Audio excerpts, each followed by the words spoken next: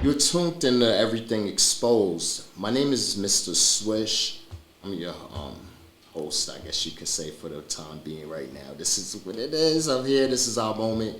This is our opening. I have my mom here.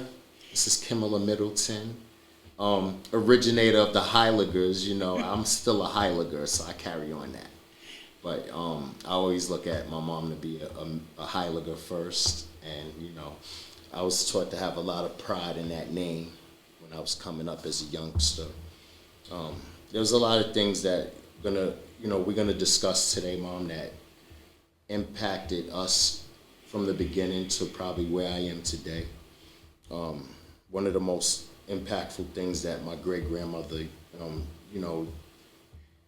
impacted me with is a situation that happened where you pretty much,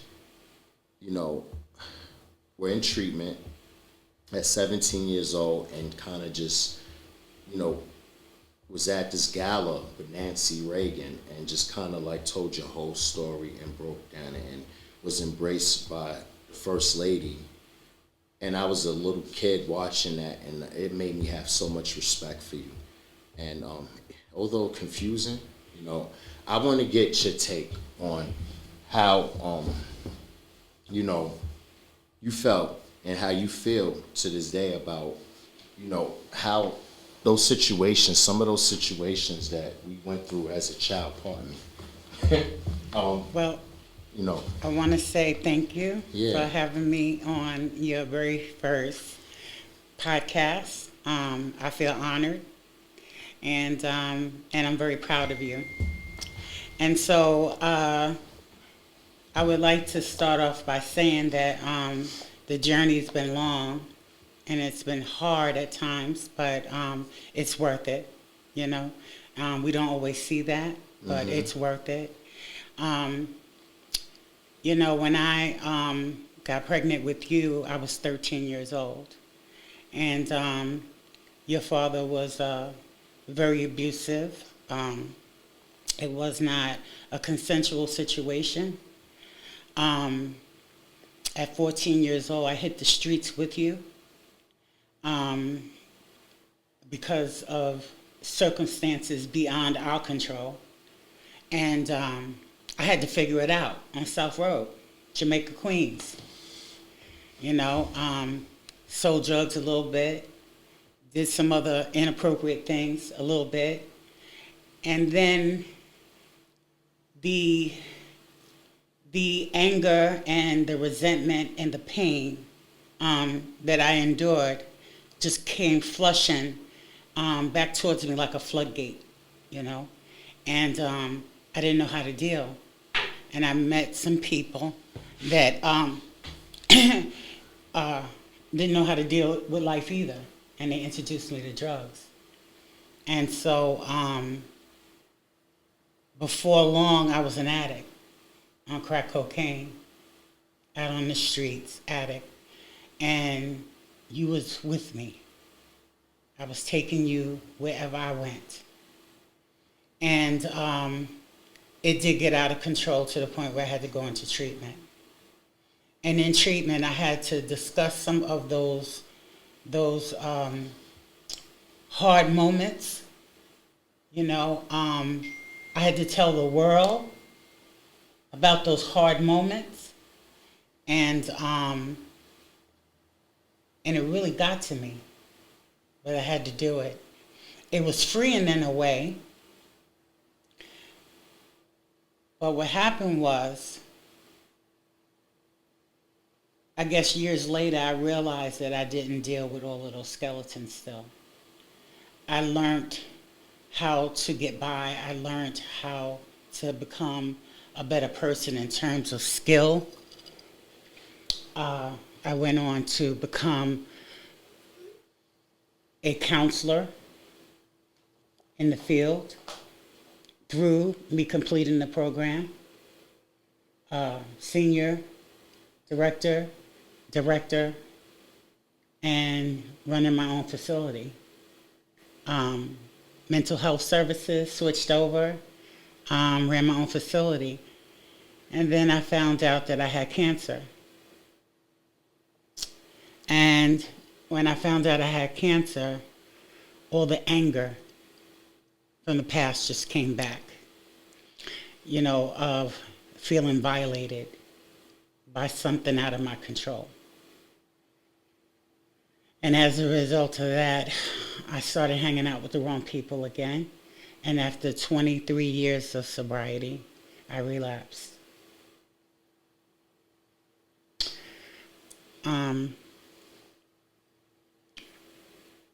In my relapse, I did some really bad things, I did a high-speed chase through upstate New York. Yeah, I remember those times. I remember the relapse. I felt like I played a certain part in that relapse. I felt like my personal opinion of it was that I was taking you through stuff. And, a distant way, not like a direct way of, but,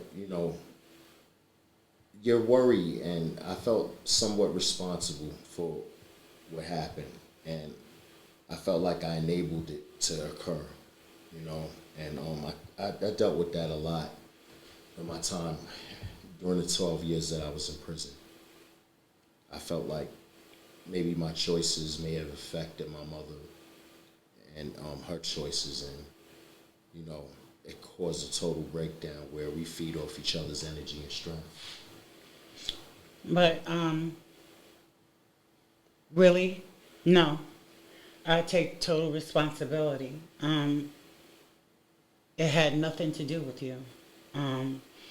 You were just the person that helped to supply the need at a moment, but it was not about you.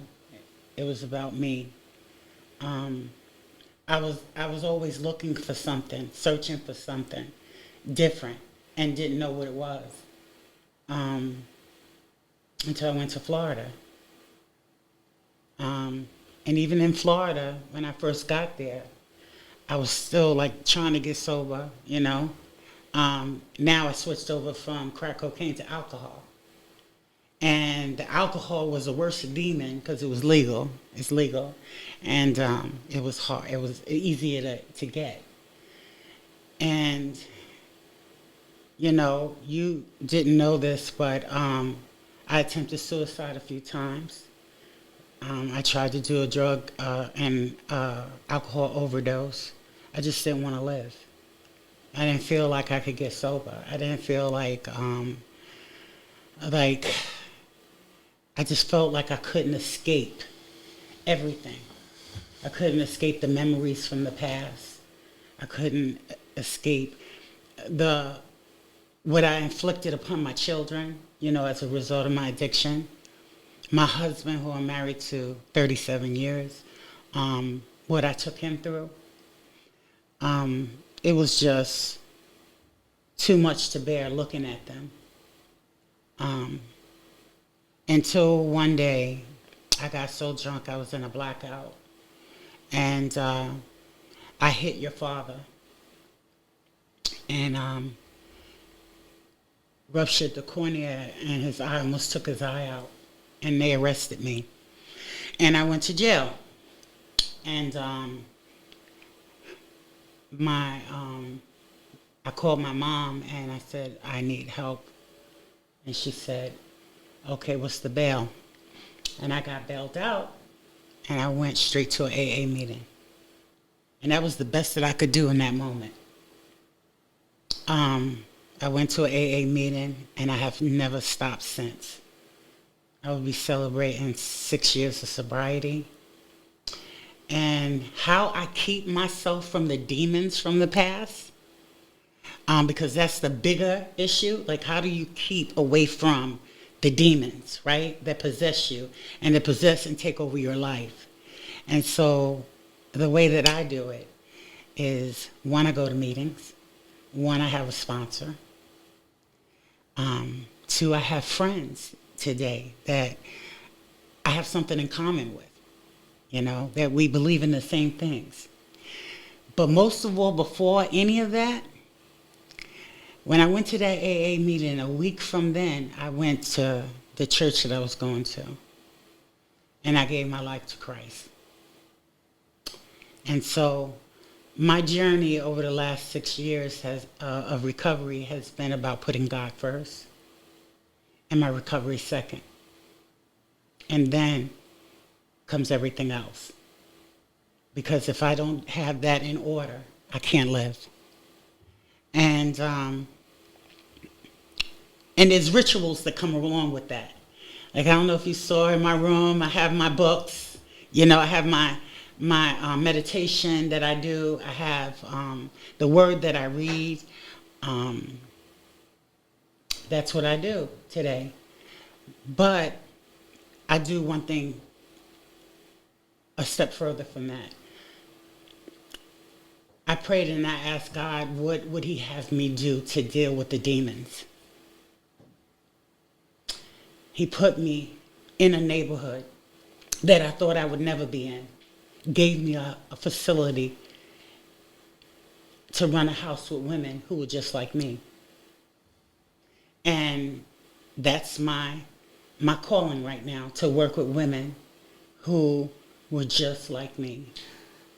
Not to cut you off, Mom, but you also, I think you had said something about working also inside of a prison, and is that another yes thing that you do? I have a ministry in the jail, in Flagler County Jail in Florida. All right. Yeah, I go in and I do a study called Heart of Addiction. And in that, I teach them about how to put God first and how to live as a Christian woman, but also how to live as a woman that has been through some things, that have been through rape, molestation, abandonment, whatever it is that they have gone through in their life, how to come up out of that through the study. So the study is called The Heart of Addiction, because it's the heart of everything that you've been through. And then the addiction has come in and taken over, okay? Which has put you in a position where you don't know how to live. So my thing is to go in and to empower women and teach them how to live. That keeps me sober. That keeps me, in the right headset, It gives you a sense of purpose, in a sense, every day of waking up and moving with a purpose other than a purpose to do, if you can do good. Yeah. I understand completely. Yeah. You're speaking to Mr. Swish. Everything exposed. Stay tuned, locked in. So, Mom, I just did 12 years in prison. That was probably really one of the roughest moments in my life. Yeah. It was nothing new from the way I grew up. Of course, I did my first bid when you lost me at 5 years old. When I was placed in BCW, and nobody, came for me as far as to your aid once you had gotten arrested. And, for the viewers, and, my mom had got caught up in a sweep in Southside Jamaica, Southton Boulevard, in the conjunction or connection to a police homicide. The NYPD is honoring Officer Edward Byrne, who was shot and killed in the line of duty 35 years ago today in a case that shocked the nation. The rookie cop was only 22 years old on February 26, 1988, when he was gunned down inside a marked patrol car in Jamaica, Queens. He was protecting a witness in a drug case that day. Byrne's death is regarded as a turning point in the war on drugs. That was the crack pandemic era. Yeah. A lot of families were affected by that. Well, it was the crack epidemic in full force, but it still was very much controlled on the south side of Queens of heroin. So we were selling heroin. Weren't selling crack. We were doing crack, but we weren't. Those two were heavily populated in that area. So yeah. I respect the choice that you made to go into treatment, and also, to keep it street at that era, because that was the era we was raised in. you to stay strong and not to grow weak. You know, so like, regardless of you losing me, and me having to, back and forth. If it wasn't Brooklyn, it was Queens. If it wasn't Queens, it was back to Brooklyn. It must have been like 5 foster homes that I had to go through. I remember going up to see you in Daytop, going on these visits, and I guess you would see certain bruises on me, and you knew that I'd been being, had going through a rough time too. Well, I remember a time in particularly when I came for a home visit, and the lady got you there late, and I went to put you in the tub, and I remember seeing your body, and I was like, "What the heck happened?" And you told me that the lady was abusing you. I was trying so hard at that point to complete treatment and to be able to get a job that I could be able to support us. In a dysfunctional relationship still with a man that I had been in and out of relationship for 7 years, but had to wind up breaking away from that and doing it on my own anyway. And I remember the first apartment that I got, which was in Hollis, Queens. Yeah, I remember. And talking about the basement apartment. Yeah, our little small, apartment. But it was ours. Yeah. And I remember you coming home. That was the first time that I had you home. But in hindsight now, sometimes you get to sit back and reflect on your life and decisions that you make, and what would you have done differently? And I think the thing that I did was, when I got into a relationship with now my husband, I think it was too much too fast.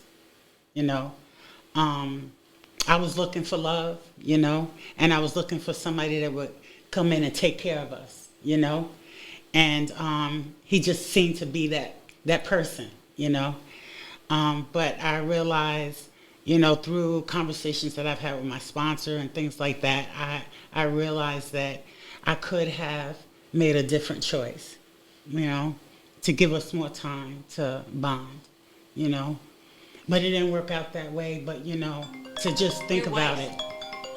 To just think about it in this moment. I'll call you right back. To think about it in this moment, and in moments that I've, done some work on myself, I had to look at that, like where did I go wrong? What mistakes did I make? I mean, it's not a matter that I could correct any of those things that happened, but I can move forward knowing that, okay, I made some bad choices and some bad decisions, but okay, where am I going now? Because the past is, God doesn't want us to live in the past. He wants us to excel. He wants us to move. He wants us to go forward, right? And so I look at my life as a testimony now, right? I could have been in witness protection program. I could have, been dead by now. I could have, there's a lot of I could have. But the basic thing right now that gives me joy is that I was able to come back home 3 years after COVID, and I get to see my children, and I get to see my grandchildren. And even though I've made so many mistakes and I've been through so much, I get to share a part of your life, that's good. That's good. And as for you going to jail, prison, I remember when you were staying with me right before all of this happened. When I was out on bail for some other charges. And I remember one night I was cooking and you came in the kitchen and you looked at me and you said, "Mom, I think I'm going to prison." And I was like, "No, I don't think so." And you said, "No, Mom."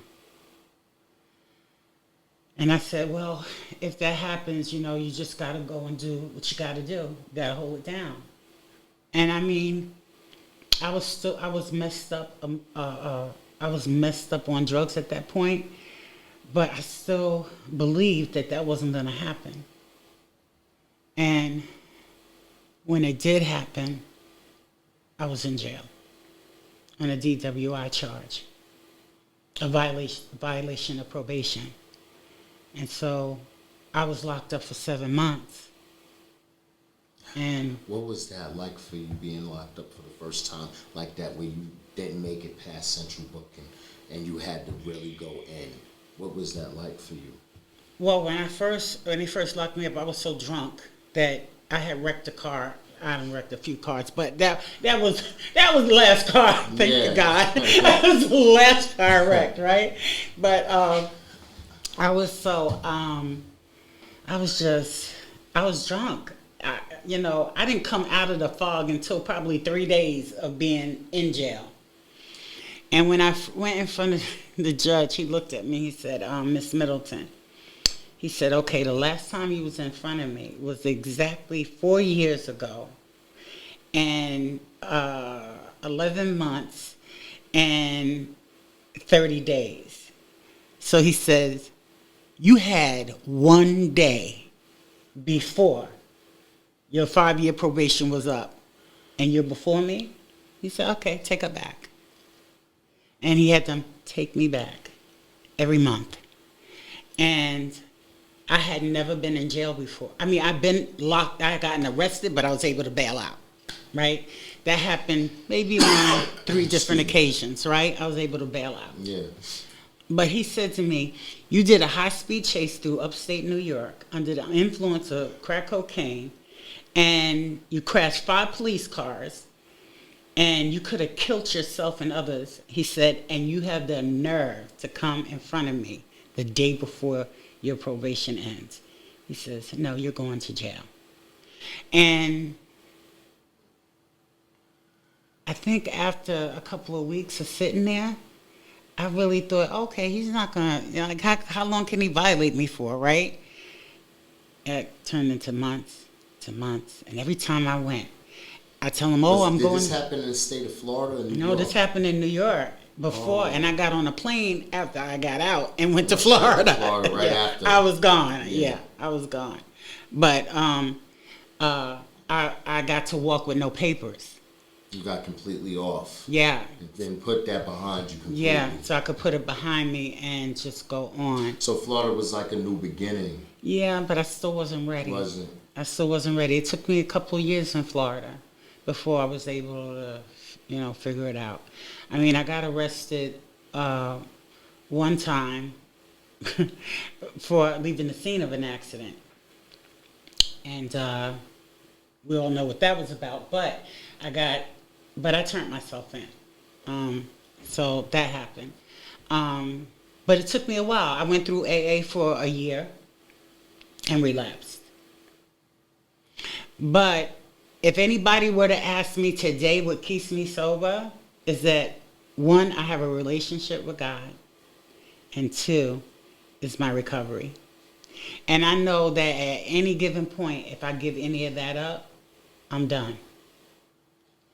So when I was sitting in jail, I thought to myself, okay, what are you going to do now? Because you done did everything that you could do. Like, what else is there? Mm-hmm. And this was when I got arrested the last time. And I was looking around me at all the other inmates that were from the hood of Bunnell. And I was like, what are you going to do? This was in Florida. This is in Florida. Flagler County, like Daytona. Yeah. I was like, I'm so tired of this. I got to go. I called come get me, come scoop me up. And she took me to my first meeting. I can just tell you that today my life is totally different. It's different because I put in the work, Nothing is given to me. I work hard. I work 12-hour days, 15-hour days, helping people. That's what I do. I have a food distribution that I do in the community of Bunnell, Florida. I feed 250 families in the community. So there's things that I do to keep myself, you know. No, how about this? Just to keep myself, you know. And, you know, other people are proud of me, and, you know, I do speaking engagements, and I'm on the board of directors from the entire organization now, and all of that stuff. But the thing that I feel the most joy is when I put my key in that door at Open Door Ministries, and I go in, and them women there are happy to see me, and I'm happy to see them. That is my joy, that we're going to sit at the table and we're going to have hard conversations about how to live this life. Yeah. You know? That's what gives me joy. That's the best part of what I do today. Yeah. So, you know, when I went to prison, just to touch on it, you know, it was really difficult in the beginning. Like, you know, adapting to the atmosphere. You know, I remember, I don't care how tough you are, how strong you think you are, when you walk into that maximum security facility reception center for the first time, and you walk on the block, and you look up above you to see a castle full of tears with cages all around you, and you're walking through that corridor, and everybody is hollering, making noise, doing this, doing that, talking. Dude, it is extremely intense to deal with. You know, and you know, the most thing you can think of at that time is how to, you know, to adapt to it. And you look for people that may know you. Mm-hmm. And you just look up as you're walking to try to point out some sense of support in a way, which you would say, not even realizing it, you know, to be strong, to get through this, because you ain't got your mama. She not there, okay? It's a dangerous situation to walk into as well. And you sense that sense when you walk in, that the seriousness of where you're at, you know? And then it takes a lot of discipline to be able to adapt to it in an honorable way and not get yourself caught up in anything that you might result in being on the receiving end of something bad, all right? In the course of my 12 years, I've been on the receiving end of stuff that happened that was bad. And then I've also been on the delivery end. You know, most of my situations involve the police, the guards, you know, the culture of how things were or how they are up there. I help, you know, that was my purpose, and what I made my thing to be, to get my voice, of course, is that the oppression that comes with that environment. I just couldn't see it no other way of like I had any control over it if I was living a certain life and I was involved in certain types of act. You know, I'm living under your roof, and you know what? My mom is not the easiest person to deny, say no to, you know. And then I also looked at it to be like, yo, man, I would rather, instead of her being in a situation where she was out in the street, you know, and putting herself at risk, that at least we had her home with us. We can monitor her and get her to, you know, ease up or whatever. But it was difficult to watch. And I'm so sorry that I even put you in that position. I'm beyond sorry. I can't even give you the words.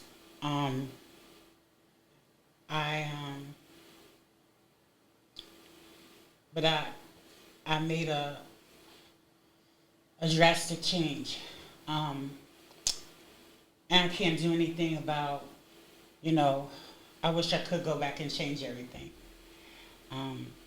But I know that I can't. But I also realize that, you know, God puts us in a position sometimes to go through some things because we're going to take those things and we're going to utilize them to be a blessing to somebody else. So like what you're trying to do right now, you know, spreading your strength and your hope to other inmates and other people that are out here that, you know, that makes my heart feel so good. I mean, I have so much joy in my heart for you right now, because even though we started out one way, we still are ending up on the same wavelength. And it's just amazing how things happen, you know? You know, through everything bad in life, there could be some joy to it, you know? It doesn't seem that way when you're going through it. Yeah. It just seems messy, and it seems crazy, and it seems like, wow, you know, she's crazy and she's doing this, and, you know, he's doing this, and, you know, but I also wanted to say something too about your incarceration period. Like, you know, 7 months of me being where I was at, there wasn't much I could do, and I got out of here afterwards. I just had heard that you didn't want to talk to me, or you didn't want anything to do with me, and so I respected that, you know? I respected that. At first I respected it because I was still jacked up, and I was in my feelings, you know? So the first few years, I was in my feelings about it. And then I went to your grandmother's house, my grandmother's house. She my great-grandma. Your great-grandma, she my grandma. The legendary Peggy Laurie. Yes. And she up there wheeling, still making it happen. God bless you. Yes. But I remember seeing the letters that you were writing her. They were on the table. I was cleaning off her table in the kitchen, and she had all of these letters. And then I seen an envelope with pictures of you. You had been beaten. You know, you had been beaten really badly. And I just, like, stood there. And I said to her, they did this to him? And she said, yeah, the guards. And I said, wow. I said, she said, but he still doesn't want to talk to you. So I said, okay. So I let it go. I let it go. Whether I was right or wrong for it, I don't know. I talked to your brother. I talked to Lisa, trying to figure out, like, should I write you or should I not write you? So I did one better because I couldn't write you.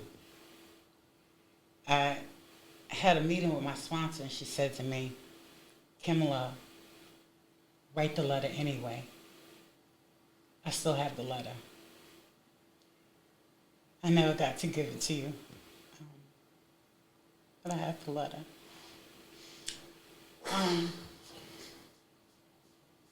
I also have all your letters that you sent your grandmother. When she died, I kept them. I kept them all. And I read one or two, and then I said I'm not going to read anymore.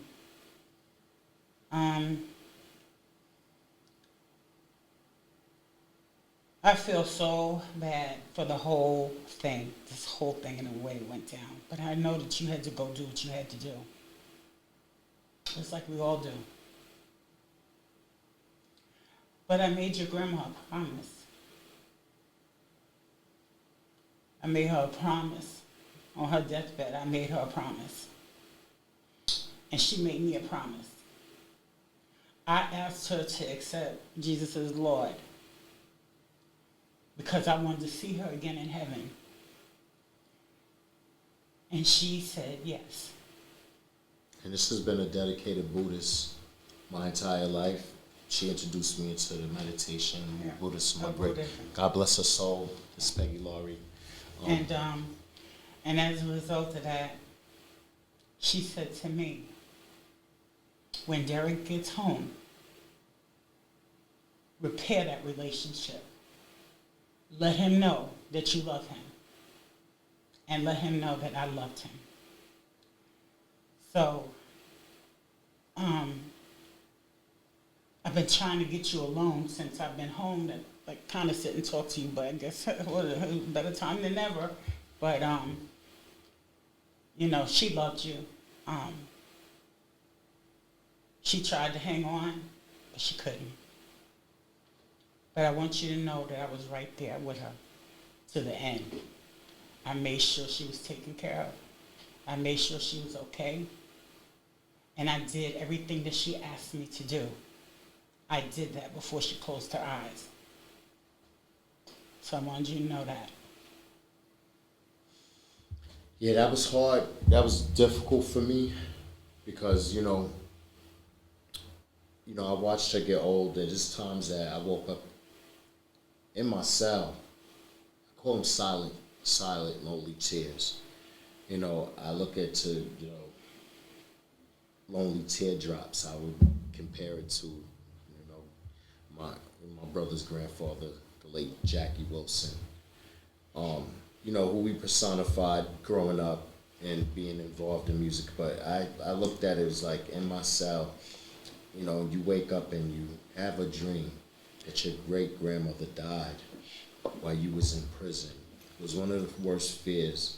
I know my mom is 13 years older than me. I knew you were going to be there.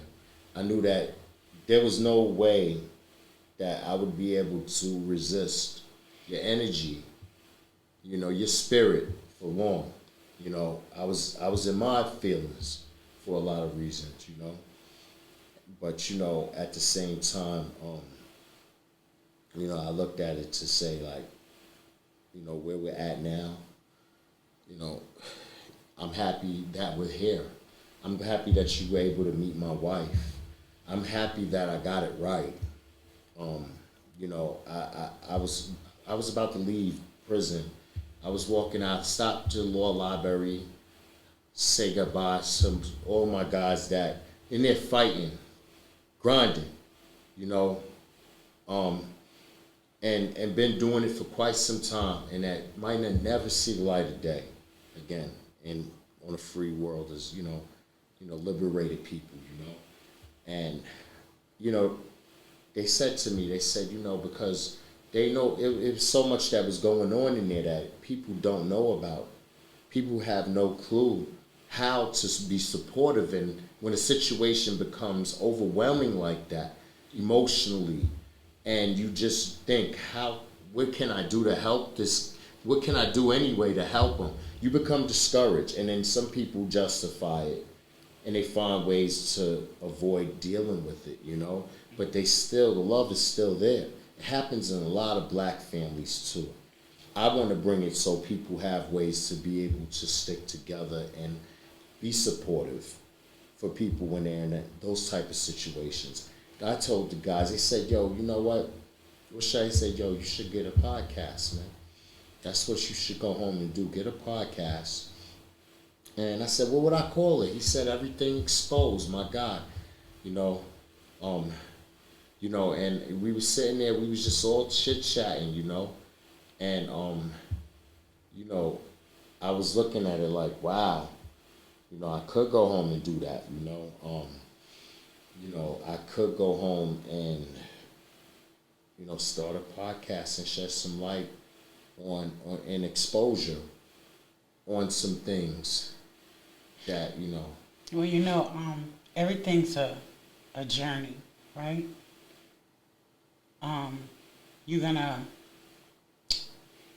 You started your podcast, you're gonna have guests, people that hopefully will talk about some of their experiences, and how they survived it. You know what I'm saying? Mm-hmm. How they survived the experience, and what are they doing differently now as a result, Because you can go through many experiences in your life, but if you can't turn it around and do good with it, even though it's bad, turn it around and do something good and continue to do something good, not a temporary thing or a temporary fix, but a permanent solution, You might be able to save some people out here. Yeah, you know, it's funny because I seen guys that I've been incarcerated with since I've been home. You know, I didn't make it a big social media frenzy over the fact that I had been released. It was real quiet. I had to get myself together. I needed the time to do it in space, to be able to focus on putting myself in a better place. You know, but I was seeing people and running into them in public spots, and they had did time with me before and was with me on that journey, and they knew what it was like. And you know, I started asking around and talking to guys. I seen a guy that I was locked up with that, you know, had been accused of killing his infant baby, and he got all of this time, and you know, it was a different story as far as his thing. And he said he could never go to the parole board and admit and say that he did that even after blowing trial. And he got hit a few times. And you know what? The last time they let him go, and he never admitted or basically expressed any type of responsibility for it, you know? So that's his journey of having to do it. Now he's been released, and now he's got lawyers talking to him and stuff like that about, the nature of that conviction and possibly, you know, damages or whatnot. You know, so that's just one person. I have another guy that was in prison in Attica and Comstock, and this guy, you know, he was in, you know, a situation where he was accused of shooting a cop, you know, and he got 15 to life, and, you know, was blessed by the good graces that I guess he wasn't, the police, you know, knew that they did not identify themselves, and, you know, he was, running guns or whatever the situation was, you know. And you know, he came out and they tried, and it turned into a little shootout. One of the persons got grazed, the officer, and you know that he went to that for that, and because of the stipulations that come with shooting at an officer, or you know, can be a harsh penalty. He got 15 years of life, but then, you know, on appeal later on down the line, he went back for resentencing because one of the officers came clean after all them years and decided to tell the truth and say, yo, we never identified ourselves. It happened so quick.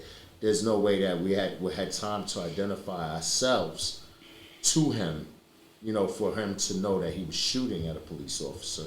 And then he turned around and got resentenced and had that one charge totally dismissed and ended up getting time served or whatever, will drop down to 12 years.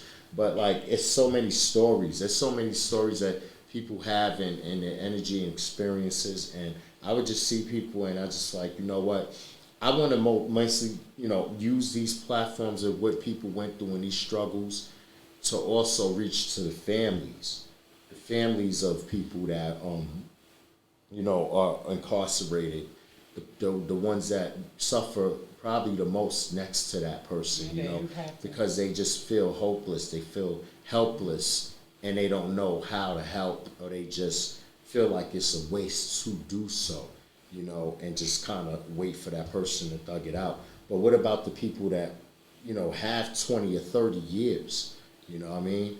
I didn't go in there like really, you know, complaining, even though I was devastated by the 14-year sentence I received, you know, but I knew I was walking in a situation where dudes had 50, 75 in life, no parole, 25 with the elbow, you know, like dudes don't want to hear about your 14 years is what I came in there saying to myself, you know, don't be bitching in nobody's ear about your sentence, dog, and you niggas will laugh at you in here.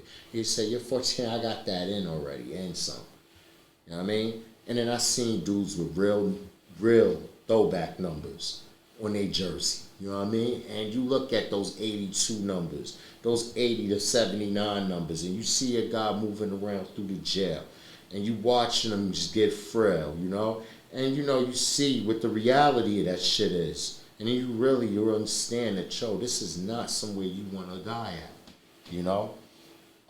If you can get out and be a voice for these people, to some extent, help to get resources to the families.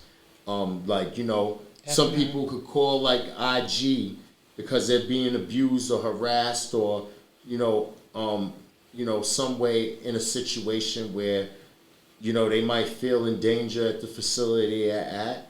You know, I did it. I like had to do certain things, and I'm like, yo, I turn around and, you know, you're making a phone call because you don't want to come out of character and jump out and do something to somebody before they do it to you. It's mainly because, you know what, I don't want to catch a new charge for feeling like I have to defend myself if you've been on a receiving end of something like that, and then you don't. So you try to find other remedies, but then it comes into a closed door. They got a way of answering your call when a relative calls, and then like basically pushing you through the switchboard to nowhere, and then like you don't get you don't get the report, anything. Like, people don't know about this type of stuff that goes on. They don't make it easy for people to file complaints or to be heard in Albany when something is going on inside of a correctional facility that might be somewhat abusive or unconstitutional, you know. And I understand that the credibility of an incarcerated individual has been convicted is little to none. Your word counts for nothing. It's the easiest crime to get away with if a person is not to be trusted or believed.